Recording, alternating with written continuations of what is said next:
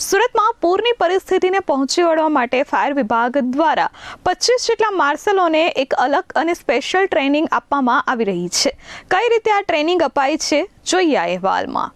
સુરત મહાનગરપાલિકાના ફાયર વિભાગે ચોમાસા માટે તમામ તૈયારીઓ પૂર્ણ કરી છે। ચોમાસાને ધ્યાનમાં રાખી ફાયર વિભાગ દ્વારા વોટર રેસ્ક્યુ ટ્રેનિંગ શરૂ કરવામાં આવી છે। ફાયરના જવાનો માટે 10 દિવસની ખાસ વોટર રેસ્ક્યુ ટ્રેનિંગ આપવામાં આવી રહી છે। 2 જૂનથી 10 જૂન સુધી ફાયરના જવાનોને કોઝવે ખાતે આ ટ્રેનિંગ આપવામાં આવી રહી છે, જેમાં હોડી અને સ્કૂબા સેટ સાથે 25 માર્શલોને આ ટ્રેનિંગ આપવામાં આવી રહી છે। ત્યારે આવો જાણીએ ફાયર ઓફિસર શું કહી રહ્યા છે।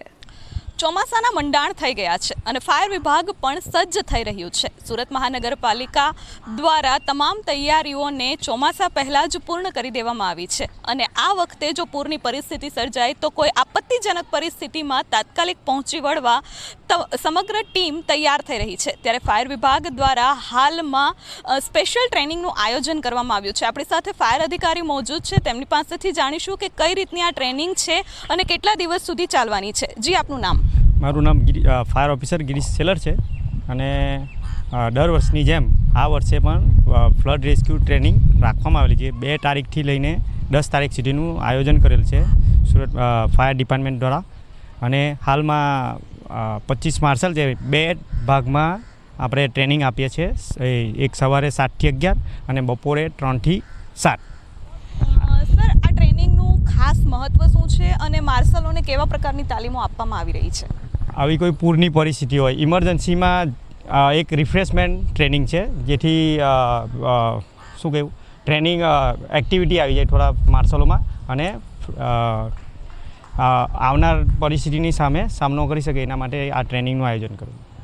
અત્યારે માર્શલોને કેવા પ્રકારની ટ્રેનિંગો આપવામાં આવી રહી છે, કઈ રીતની એમને તૈયારીઓ છે?